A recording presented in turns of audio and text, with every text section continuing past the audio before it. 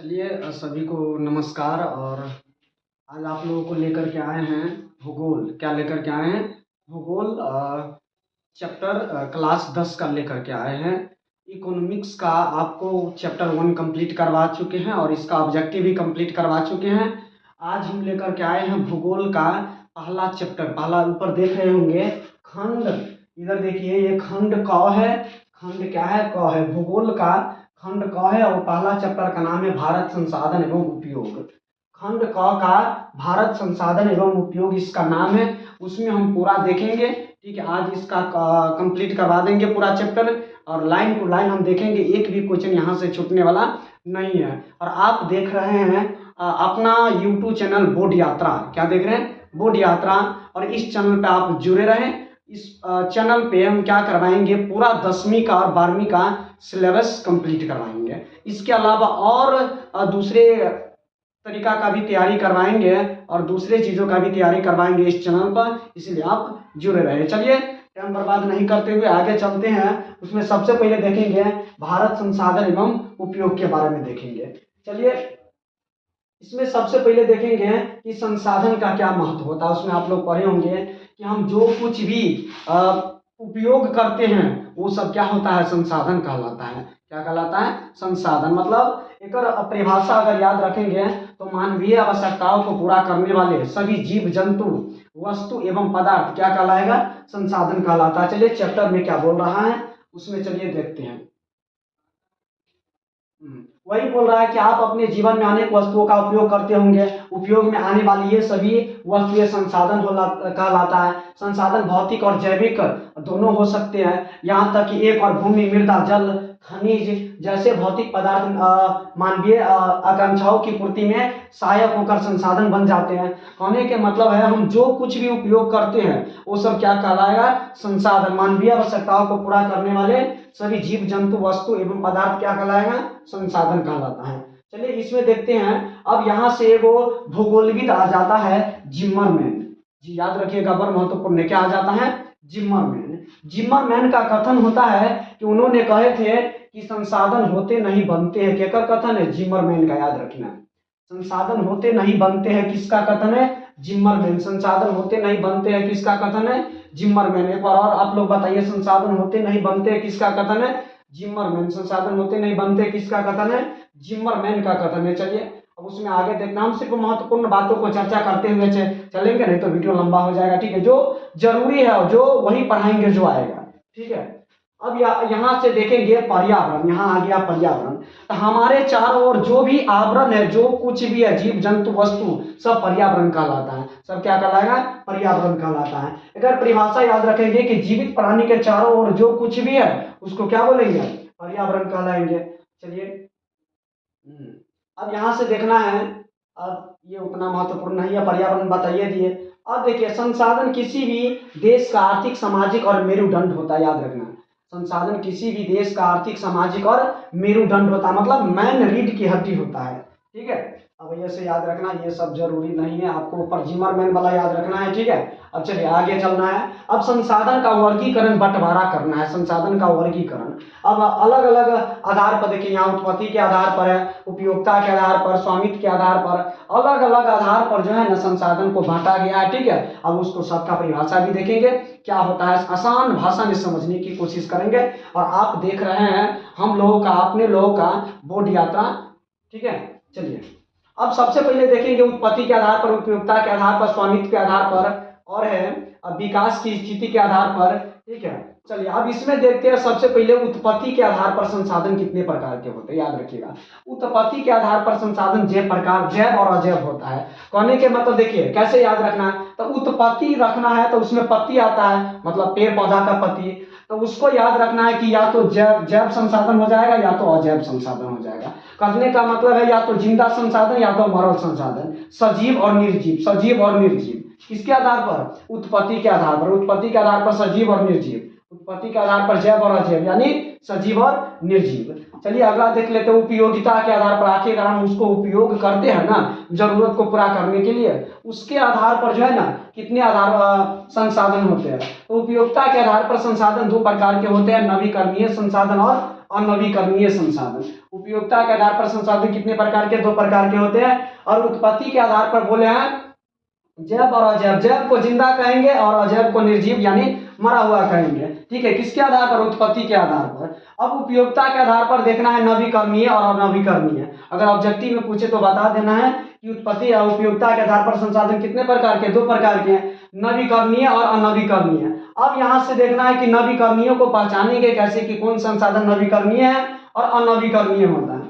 नवीकरणीय का एक बात याद रखिएगा कि जो समाप्त न हो, नवीकरणीय में न मतलब नहीं, नवीकरणीय बोल रहा है कि नहीं बोल रहा है कि हम समाप्त नहीं होंगे। ठीक है, अब याद रखिएगा कि वैसा संसाधन जो समाप्त नहीं होगा उसको बोलेंगे नवीकरणीय संसाधन। और अनवीकरणीय का मतलब याद रखना है, हाँ मतलब समाप्त हो जाएगा। तो नवीकरणीय हो जाए जैसे हो जाएगा जल, जैसे हो जाएगा वायु, ये सब कभी समाप्त होने वाला नहीं है तो नवीकरणीय में आ गया। परिभाषा नाम में बोल रहा है कि नहीं समाप्त नहीं होगा।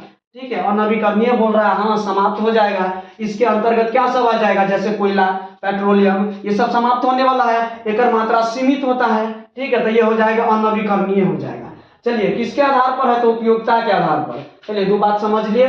उत्पत्ति के आधार पर संसाधन 2 प्रकार के, जैव संसाधन, अजैव संसाधन यानी जिंदा और मरण। उपयोगिता के आधार पर संसाधन 2 प्रकार के, नवीकरणीय और अनवीकरणीय। नवीकरणीय याद रखेंगे जो नहीं समाप्त नहीं होगा, और नवीकरणीय याद हो जाएगा याद रखेंगे कि जो समाप्त हो जाएगा। ठीक है, एक परिभाषा भी देखेंगे, उदाहरण भी देखेंगे, पहले यहाँ बता देते हैं। अब यहाँ देख रहा है कि स्वामित्व, स्वामित्व मतलब होता है अधिकार। जैसे मेरा किसी पे अधिकार है, मेरा किसी पे स्वामित्व है। ठीक है, स्वामित्व मतलब होता है अधिकार है। ठीक है, जैसे मेरा आप लोगों पे अधिकार है। ठीक है, तो स्वामित्व के आधार पर संसाधन 4 प्रकार के होता है। ठीक है, 1 नंबर में हो जाएगा व्यक्तिगत संसाधन, सामुदायिक संसाधन, राष्ट्रीय संसाधन, अंतर्राष्ट्रीय संसाधन। स्वामित्व के आधार पर संसाधन कितने प्रकार के होते हैं? आप लोग बताइए कमेंट करके। 4 प्रकार के होते हैं। पहला हो जाएगा व्यक्तिगत संसाधन, दूसरा सामुदायिक संसाधन, तीसरा हो जाएगा राष्ट्रीय संसाधन, और 4 नंबर में हो जाएगा अंतर्राष्ट्रीय संसाधन। फिर एक बार रिपीट करते हैं। उत्पत्ति के आधार पर संसाधन कितने? 2। कौन? 1 नंबर में जैव, अजैव, 2 नंबर में अजैव। उपयोगिता के आधार पर संसाधन भी 2, नवीकरणीय और नवीकरणीय। उस स्वामित्व के आधार पर संसाधन 4, व्यक्तिगत, सामुदायिक, राष्ट्रीय और अंतर्राष्ट्रीय। चलिए आगे आगे नंबर देखना है कि विकास की स्थिति के आधार पर संसाधन कितने प्रकार के होते हैं। ठीक है, इसमें भी याद रखना है कि यह भी 4 प्रकार के होते हैं। संभाव्य संसाधन, विकसित संसाधन, भंडार संसाधन और संचित भंडार। 1 मिनट, 3 प्रकार के होता है। सॉरी, विकास की स्थिति के आधार पर संसाधन 3 प्रकार के, संभाव्य संसाधन, विकसित संसाधन, भंडार संसाधन और संचित संसाधन। देखिए यहाँ पे कभी कभी 3 भी रहता है, 4 भी रहता है। तो देखिए 1 2 3 4 बता दीजिए कितने? 4। 3 मत याद रखिए, 4 हो जाएगा। विकास की स्थिति के आधार पर संसाधन कितने? 4, संभाव्य, विकसित, भंडार और संचित, याद रखना है। ठीक है, अब यहाँ से देखना है क्या बोल रहा है कि दिए गए चार्ट की मदद से संसाधन को समझा। देखिए यहाँ पे एक चार्ट बनाया गया है, उससे हम समझेंगे। देखिए सबसे पहले देखना है कि संसाधन किसे कहते हैं, बता ही दिया है। तो जो मानव की आवश्यकता के पूरा करेगा उस सबको क्या बोलेंगे? संसाधन कहेंगे। संसाधन में आपको आ जाएगा प्राकृतिक संसाधन और मानवीय संसाधन। क्या आ जाएगा हुआ? कमेंट करो, क्या आ जाएगा? प्राकृतिक संसाधन और मानवीय संसाधन आ जाएगा। चलिए अब इसमें देखता है सबसे पहले प्राकृतिक संसाधन। प्राकृतिक संसाधन 2 प्रकार के, नवीकरणीय और नवीकरणीय, नवीकरणीय और नवीकरणीय। मानवीय संसाधन भी 2 प्रकार के, संरचनाएं एवं संस्थाएं, मात्रा एवं गुणवत्ता, याद रखना है। अब यहाँ से देख लेना है नवीकरणीय कितने प्रकार के? 2 प्रकार के, सतत अथवा प्रवाह। ठीक है, और दूसरा हो जाएगा जैव संसाधन। सतत अथवा प्रवाह के अंतर्गत हो जाएगा पवन, जल लगातार होकर उपयोग हो। ठीक है, और जैव संसाधन मतलब जिंदा को कहते हैं। तो जिंदा भी 2 प्रकार के, प्राकृतिक वनस्पति और वन्य जीव हो जाएगा। अब यहाँ से देखना है अनवीकरणीय 2 प्रकार के, पुनः चक्रीय मतलब जिसको हम पुनः प्राप्त कर सकते हैं। ठीक है, जैसे धातु हो गया, जैसे धातु हो जाएगा, उसको मान के चलो कुल्हाड़ी है। ठीक है, धातु है, अब उसको पीट पाट के गला उला के दूसरा आकार दे दिया, मतलब पुनः दूसरा आकार दे सके। ठीक है, पुनः चक्रण। और दूसरा हो जाएगा अचक्रीय, जिसको हम वापस नहीं कर सकते हैं, वापस उस रूप में नहीं ला सकते हैं। जैसे आप बताइए, क्या बताइएगा? जैसे लकड़ी है। ठीक है, उस लकड़ी को अगर हम जला देंगे तो वापस पुनः सूखा हो सकता है? कभी हो ही नहीं सकता है ना। तो वो हो जाएगा अचक्रीय, मतलब वापस नहीं ला सकते हैं। ठीक है, अब इसको याद रखना है। चलिए आगे ये बता दिए हैं। अब यहाँ देखना है कि संसाधन के प्रकार, जो पहले पढ़े हैं ना वहाँ पे शॉर्टकट में पढ़े थे। अब यहाँ देखना है उत्पत्ति के आधार पर संसाधन दो प्रकार के होता है, जैव संसाधन और दूसरा बताया है कि अजैव संसाधन। जैव संसाधन वहीं वहीं पे बता दिए हैं। जैव संसाधन मतलब होता है जीवित, तो ऐसे संसाधनों की प्राप्ति जैव मंडल से होती है। इनमें सजीव के सभी लक्षण मौजूद होते हैं। देखिए सजीव के सभी लक्षण मौजूद होते हैं, ठीक है, जैसे मनुष्य, वनस्पति, मत्स्य, पशुधन एवं अन्य प्राणी समुदाय, मतलब जो जिंदा हो, जैव संसाधन, ठीक है। अजैव में क्या आ जाएगा, निर्जीव वस्तुओं के समूह को अजैव संसाधन कहा जाता है। निर्जीव वस्तुओं के समूह को अजैव संसाधन कहा जाता है। इसके अंतर्गत क्या आ जाएगा, वो जैसे चट्टाने, धातु, खनिज, ये सब, मतलब ये इसमें जाने नहीं है ना, इसमें जान लग रहा है आपको, नहीं है तो हो जाएगा अजैव संसाधन, ठीक है। आगे देख लेते हैं उपयोगिता के आधार पर। उपयोगिता के आधार पर संसाधन भी दो प्रकार के होते हैं, नवीकरणीय, पहले इसमें बता दिया है। नवीकरणीय बोल रहा है कि ना हम समाप्त नहीं हो गए, ठीक है, उसी को बोलेंगे नवीकरणीय संसाधन। जैसे में हो जाएगा सौर ऊर्जा, पवन ऊर्जा, जल, विद्युत, वन एवं वन्य प्राणी, ठीक है, ये सब आपको हो जाएगा नवीकरणीय, ठीक है, याद रखिएगा, बहुत महत्वपूर्ण है। अनवीकरणीय बोल रहा है कि जो समाप्त हो जाए, जो समाप्त हो जाए, ठीक है, उसी को बोलेंगे अनवीकरणीय। और उसको एक बार समाप्त हो गया ना तो वापस लाने में लाखों वर्ष का समय लग जाता है, लाखों वर्ष का समय लग जाता है, ठीक है। चलिए, जैसे हो जाएगा जीवाश्म ईंधन। जीवाश्म ईंधन के अंतर्गत आ जाएगा कोयला, पेट्रोलियम, प्राकृतिक गैस आ जाएगा, ठीक है, सब अनवीकरणीय हो जाएगा। चलिए अगला है अधिकार यानी स्वामित्व के आधार पर संसाधन कितने प्रकार के होते हैं। अब देखना है स्वामित्व के आधार पर संसाधन चार प्रकार के होते हैं, जिनमें व्यक्तिगत संसाधन।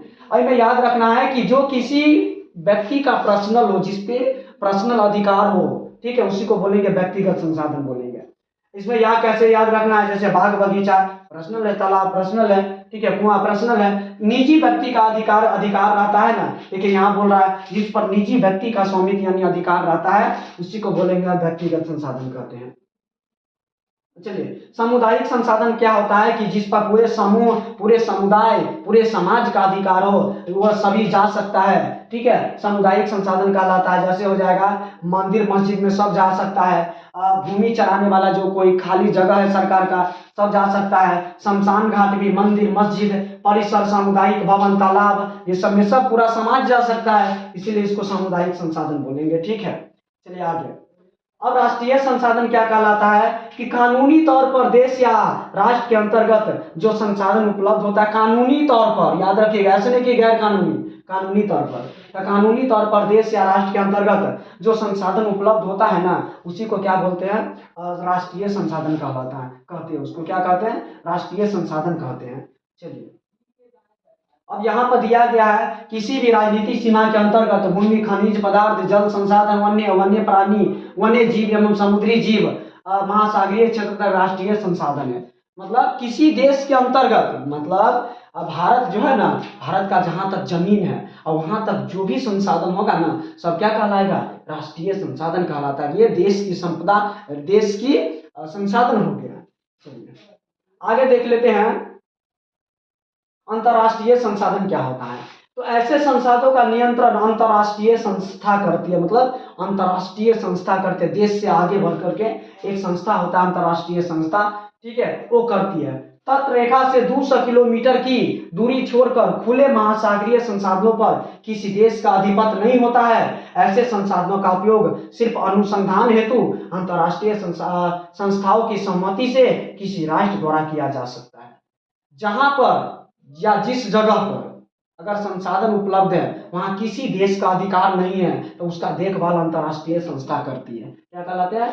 और मान के चलिए भारत का जमीन है, जहां तक है वहां से 200 किलोमीटर की को छोड़ करके बाकी बात जो जगह होगा ना, सब अंतर्राष्ट्रीय संसाधन कहलाएगा। याद रखिएगा 200 किलोमीटर।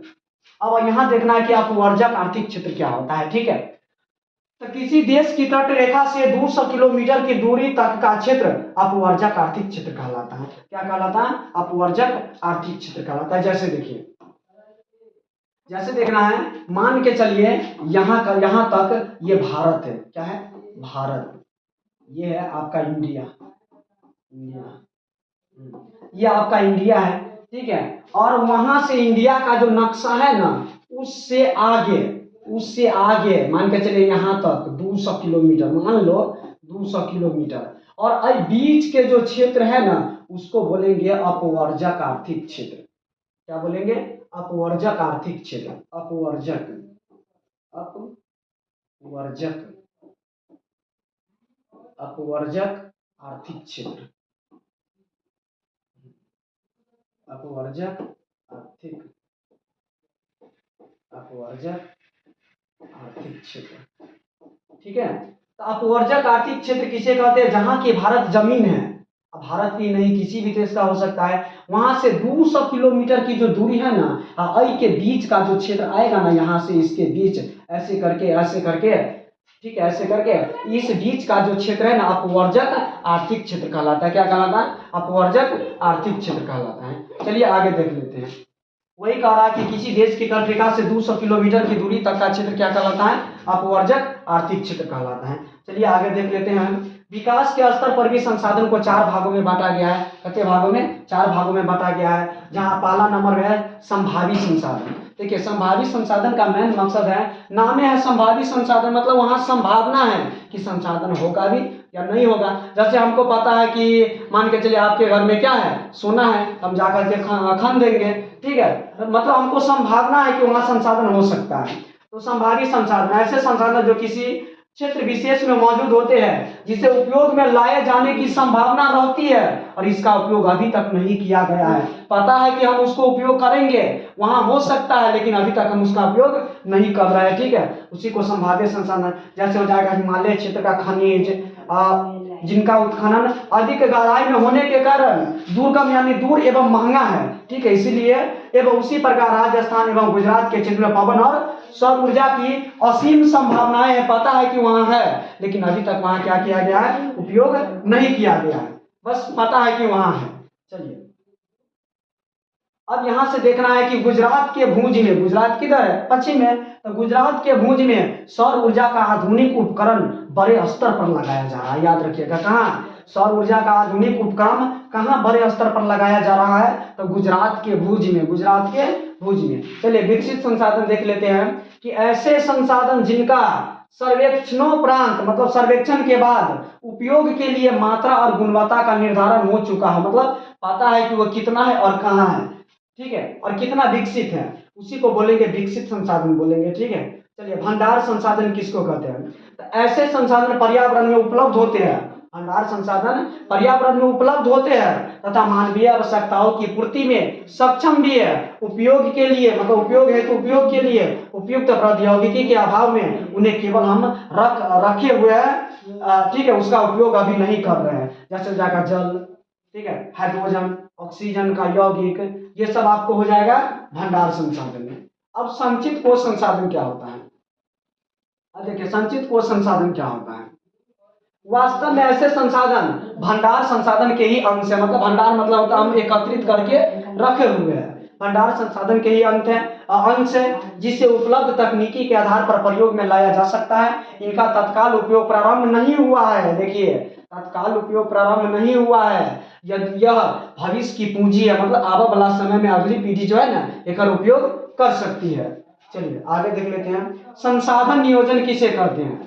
संसाधन नियोजन, तो संसाधनों का विवेक पूर्ण उपयोग ही संसाधन नियोजन कहलाता है। संसाधन का हम अच्छे तरीके से उपयोग करना ही क्या कहलाएगा? संसाधन नियोजन कहलाता है। चलिए बस इसमें इतना याद रखना है, आगे चलते हैं। अब यहां से याद क्या रखना है? अब यहां से याद क्या रखना है? देखिए झारखंड, मध्य प्रदेश, छत्तीसगढ़ आदि ऐसे प्रदेश है जहां खनिज एवं कोयला का प्रचुर भंडार है। याद रखिए कहाँ कोयला का प्रचुर भंडार कहाँ है? झारखंड, मध्य प्रदेश, छत्तीसगढ़। देखिए यहाँ है झारखंड, मध्य प्रदेश, छत्तीसगढ़। इन राज्यों में क्या है? कोयला, खनिज और कोयला का ज्यादा मात्रा में है। याद रखिएगा खनिज ज्यादा मात्रा में है। उसी प्रकार बिहार भी एवं पाइराइट जैसे खनिजों में धनी है। बिहार में कौन खनिज? पाइराइट खनिज। बिहार में कौन खनिज? पाइराइट खनिज। और यहाँ बोल देगा झारखंड में, देखिए झारखंड में ऊपर देखिए झारखंड में क्या खनिज और कोयला, मध्य प्रदेश में खनिज कोयला, छत्तीसगढ़ में खनिज कोयला। लेकिन जब बिहार का बात हो ना, बिहार भी पाइराइट खनिज में आगे है, ज्यादा मात्रा में है, ठीक है। चलिए आगे देख लेते हैं। इसमें ऐसा कुछ भी नहीं है जो बताने लायक है। और बाकी आगे चलते हैं। अब देखिए भारत में संसाधन नियोजन, पहले बोले कि संसाधन नियोजन होता है कि संसाधन का विवेकपूर्ण उपयोग, अच्छे से उपयोग करना है। संसाधन नियोजन एक जटिल प्रक्रिया है, एक जटिल प्रक्रिया, आसान नहीं है। इसके लिए आवश्यक क्रियाकलाप की आवश्यकता होती है। यह क्रियाकलाप संसाधन नियोजन के सोपान होते हैं, मतलब उसको आगे बढ़ाने का मेन सीढ़ी होता है। चलिए आगे देख लेते हैं। अब संसाधन नियोजन के सोपानों को निम्न रूप में बांटकर अध्ययन किया जा सकता है। ठीक है, जैसे हो जाएगा देश के विभिन्न प्रदेशों में संसाधनों की पहचान कराने के लिए सर्वेक्षण कराना, सर्वेक्षण के बाद मानचित्र तैयार करना एवं संसाधनों का गुणात्मक एवं मात्रात्मक आधार पर मापन या आकलन करना। ठीक है, चलिए ये सब याद रखिएगा। संसाधन विकास योजनाओं को पूर्ति रूप देने के लिए उपयुक्त प्रौद्योगिकी कौशल एवं संस्थागत नियोजन की रूप रेखा तैयार करना। चलिए अब यहां से देख लेते हैं, आगे देख लेते हैं। देखिए राष्ट्रीय विकास योजना एवं संसाधन हो जाएगा। चलिए इसमें ऐसा कुछ भी नहीं है। चलिए अब यहाँ चल देते हैं। यहाँ क्या चल देते हैं, संसाधनों का संरक्षण क्या होता है। तो संसाधन को बचा करके रखना ही संसाधन संरक्षण कहलाता है। संसाधन को बचा करके रखना ही क्या कहलाता है, संसाधन संरक्षण कहलाता है। ये सब आप लोग पढ़ लीजिएगा। ठीक है, और अब देखिए महात्मा गांधी जी महान दार्शनिक चिंतक भी है। महात्मा गांधी जी आ जाता है, क्या एक कथन कहते हैं कि हमारे पास पेट भरने के लिए बहुत कुछ है लेकिन पेटी भरने के लिए कुछ भी नहीं है। केकर कथन है, महात्मा गांधी का, याद रखिए। हमारे पास पेट भरने के लिए बहुत कुछ है लेकिन पेटी भरने के लिए कुछ भी नहीं है, इसका कथन है महात्मा गांधी जी का है। अब यहाँ से याद रखना है कि नर्मदा बचाओ आंदोलन जो है ना, मेधा पाटेकर चलाया था। नर्मदा बचाओ आंदोलन कौन चलाया था, मेधा पाटेकर। के बाद याद रखना है सुंदरलाल बहुगुणा जो है ना, चिपको आंदोलन किसने शुरुआत किया, सुंदरलाल बहुगुणा। और के बाद संदीप पांडे वर्षा जल संचय, वर्षा जल को जो वर्षा होता है ना उसको एकत्र करने का आइडिया संदीप पांडे ने सबसे पहले दिए थे। चलिए आगे देख लेते हैं। इसमें ऐसा अब नहीं, आगे चल देखते हैं। अब देखिए यहाँ है डाकुओं की अर्थव्यवस्था क्या होता है। डाकुओं की अर्थव्यवस्था क्या होता है, तो मानव एवं तकनीकी की शोषणात्मक दोहन प्रवृत्ति डाकुओं की अर्थव्यवस्था कहलाता है। मानव एवं तकनीक की शोषणात्मक दोहन प्रवृत्ति डाकुओं की अर्थव्यवस्था कहलाता है, याद रखिएगा इसमें। चलिए अब यहां से याद रखना है कि पर्यावरण संरक्षण के लिए सर्वप्रथम स्टॉकहोम में विश्व शिखर सम्मेलन 1972 में आयोजित हुआ था, याद रखना। क्वेश्चन कैसे पूछेगा, विश्व शिखर सम्मेलन कब आयोजित हुआ था, 1972। विश्व शिखर सम्मेलन कब आयोजित हुआ था, 1972। कहाँ, स्टॉकहोम में। कहाँ, स्टॉकहोम में। इसी सम्मेलन के पश्चात यानी बाद प्रत्येक वर्ष 5 जून को विश्व पर्यावरण दिवस के रूप में भी मनाया जाता है। क्वेश्चन पूछेगा विश्व पर्यावरण दिवस कब मनाया जाता है, 5 जून। विश्व पर्यावरण दिवस 5 जून को मनाया जाता है। ठीक है, चलिए आगे याद रखिएगा। अब यहां से याद रखना कि 1974 ईस्वी में सुमशेर की पुस्तक है, याद रखना। 1974 ईस्वी में सुमशेर की एक पुस्तक का नाम है small is beautiful. Small is beautiful का नाम है, किताब है, उसका लेखक है सुमशेर। स्मॉल इज ब्यूटीफुल का लेखक है सुमशेर। कब लिखा गया, 1974 में। स्मॉल इज ब्यूटीफुल का लेखक कौन हो जाएगा, सुमशेर। कब लिखा गया, 1974 में। अब आगे देखना है, सर्वप्रथम 1968 ईस्वी में क्लब ऑफ रोम ने इसकी वकालत की थी, याद रखना। चलिए आगे देख लेते हैं, ये उतना नहीं है जरूरी। चलिए आगे देख लेते हैं। अब यहाँ से आपको बताने की कोशिश करते हैं। यहाँ से देखिए, इसी रिपोर्ट को बाद में हमारा, यहाँ से देख लेते हैं, एक मिनट। स्मॉल इज ब्यूटीफुल तो हो गया। इसमें सतत विकास, देखिए इसमें सतत विकास की संकल्पना के साथ साथ संसाधन संरक्षण पर बल दिया जाता है, मतलब उसको संसाधन को रखना कैसे है। ठीक है, इसी रिपोर्ट को बाद में हमारा साझा भविष्य शीर्षक से भी दस्तावेज प्रकाशित किया गया, रियो डी जेनेरो यानी ब्राजील में। क्वेश्चन पूछेगा रियो डी जेनेरो कहाँ है, ब्राजील में। रियो डी जेनेरो कहाँ है, ब्राजील में। ठीक है, ब्राजील में 1992 ईस्वी में आयोजित पृथ्वी सम्मेलन, देखिए पृथ्वी सम्मेलन रियो डी जेनेरो ब्राजील में 1992 में आयोजित हुआ था। 1992 में आयोजित हुआ था। इसी संदर्भ में एक सुनियोजित प्रयास था। 1997 ईस्वी में न्यूयॉर्क में द्वितीय पृथ्वी सम्मेलन। अब क्वेश्चन पूछेगा कि प्रथम पृथ्वी सम्मेलन कब आयोजित हुआ था? 1992 में। कहाँ हुआ था? तो ब्राजील के रियो डी जेनेरो में। ठीक है। द्वितीय पृथ्वी सम्मेलन कब हुआ था? तो 1997 में हुआ था। कहाँ हुआ था? न्यूयॉर्क में हुआ था। ठीक है। चलिए, तथा 2002 ईस्वी में, देखिए यहाँ पे 2002 ईस्वी में जोहान्सबर्ग में आयोजित तृतीय पृथ्वी सम्मेलन है ना हुआ था। जोहान्सबर्ग में तृतीय पृथ्वी सम्मेलन कब हुआ था? 2002 में जोहान्सबर्ग में। चलिए आगे देख लेते हैं। सतत विकास की क्या अवधारणा, मतलब लगातार विकास के बारे में इसमें ऐसा कुछ भी नहीं है जो आपको जरूरी लगे। ठीक है, आगे चलते हैं। चलिए आगे, अब देखिए यहाँ पे लगभग ये चैप्टर खत्म होने के कगार पर है और यहाँ शॉर्टकट में देख लेते। देखिए, प्रथम पृथ्वी सम्मेलन का आयोजन 3 से 14 जून 1992 को हुआ था। रियो डी जेनेरो में किया गया था। ठीक है, जिसमें विकसित एवं विकासशील जो विकास देश कर रहा है, विकासशील देशों के लगभग 178 प्रतिनिधियों ने भाग लिया था। किसमें? तो प्रथम पृथ्वी सम्मेलन में लगभग 178 देशों प्रतिनिधियों ने भाग लिया था। देशों के प्रतिनिधि मतलब हर देश से एक एक व्यक्ति। चलिए अब आगे देख लेते हैं। अब देखिए, संयुक्त राष्ट्र पर्यावरण और विकास के तत्वाधान में रियो डी जेनेरो सम्मेलन में राष्ट्र अध्यक्ष द्वारा स्वीकृत 800 पृष्ठीय घोषणा पत्र है। 800 पृष्ठीय है। ठीक है, चलिए इसको याद रखना है। और उसी समय में विश्व पर्यावरण कोष की स्थापना किया गया था। कब? 1992 के समय में, जब प्रथम पृथ्वी सम्मेलन हुआ था। चलिए आगे। अब द्वितीय पृथ्वी सम्मेलन का आयोजन जो देख लेते हैं। इसका आयोजन 23 से 27 जून 1997 को न्यूयॉर्क में हुआ था, है ना, न्यूयॉर्क में हुआ था। 5 वर्ष बाद आयोजित हुआ था, मतलब प्रथम 1992 में, दूसरा 1997 यानी 5 वर्ष बाद। इसीलिए इसे +5 सम्मेलन भी कहते हैं। क्वेश्चन पूछेगा कि +5 सम्मेलन के कर दूसरा नाम है? तो द्वितीय पृथ्वी सम्मेलन का। क्यों? क्योंकि पहला सम्मेलन के 5 वर्ष बाद दूसरा सम्मेलन हुआ था। चलिए, अब क्योटो सम्मेलन क्या होता है? तो दिसंबर 1997 में पृथ्वी को ग्लोबल वार्मिंग। अब ग्लोबल वार्मिंग क्या होता है? तो जब वायुमंडल में किसी भी गैस की मात्रा बढ़ जाती है तो उसी को ग्लोबल वार्मिंग कहा जाता है। ठीक है, जब वायुमंडल में किसी भी गैस की मात्रा बढ़ जाती है उसको क्या बोलेंगे? Global warming. तो उसी से बचाने के लिए जापान के क्योटो में सम्मेलन आयोजित हुआ था, जिसमें 159 देशों ने भाग लिया था। ठीक है, जिसमें 6 गैस होता, carbon dioxide, methane, nitrogen dioxide, HFC, ठीक है, परफ्लोरोकार्बन, ये सब, सल्फर हेक्साक्लोराइड, ये सब गैस क्योटो सम्मेलन में शामिल था। याद रखिए। चलिए अब याद रखना कि विश्व पर्यावरण सम्मेलन का ही दूसरा नाम है ग्रीन हाउस सम्मेलन। विश्व पर्यावरण सम्मेलन का ही दूसरा नाम है ग्रीन हाउस सम्मेलन। विश्व पर्यावरण सम्मेलन का ही दूसरा नाम क्या है?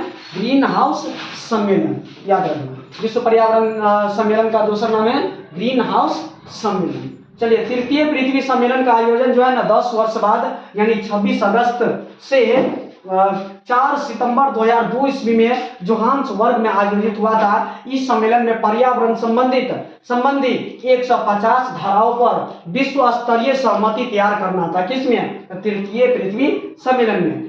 पर इस सम्मेलन का कोई परिणाम नहीं निकल पाया। एक मिनट रुक जाइए, तब तक हम थोड़ा पानी पी लेते हैं।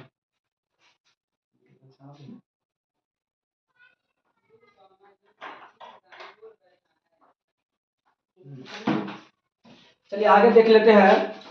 इस सम्मेलन में विश्व के विभिन्न देशों से लगभग 2000 प्रतिनिधियों ने भाग लिया था। किसमें? तृतीय पृथ्वी सम्मेलन में लगभग 2000 प्रतिनिधियों ने क्या लिया था? भाग लिया था। और इसमें जो है इधर बताए हैं आपको, एक मिनट, इधर तो हो ही गया। और प्रथम पृथ्वी सम्मेलन में 178 देशों के प्रतिनिधि भाग लिए थे और तृतीय वाला में 2000 प्रतिनिधियों ने भाग लिया था। 2000 देशों के लगभग उतने प्रतिनिधि शामिल थे। चलिए आगे। अब ये चैप्टर आपको क्या हो गया, खत्म। और अगले दिन इस चैप्टर का क्या करेंगे, क्वेश्चन आंसर लेकर के आएंगे। और आप इस चैनल से जुड़े रहे। चैनल का नाम है बोर्ड यात्रा, क्योंकि यहाँ पे हम लोग पूरा सिलेबस कंप्लीट करवाएंगे। धन्यवाद।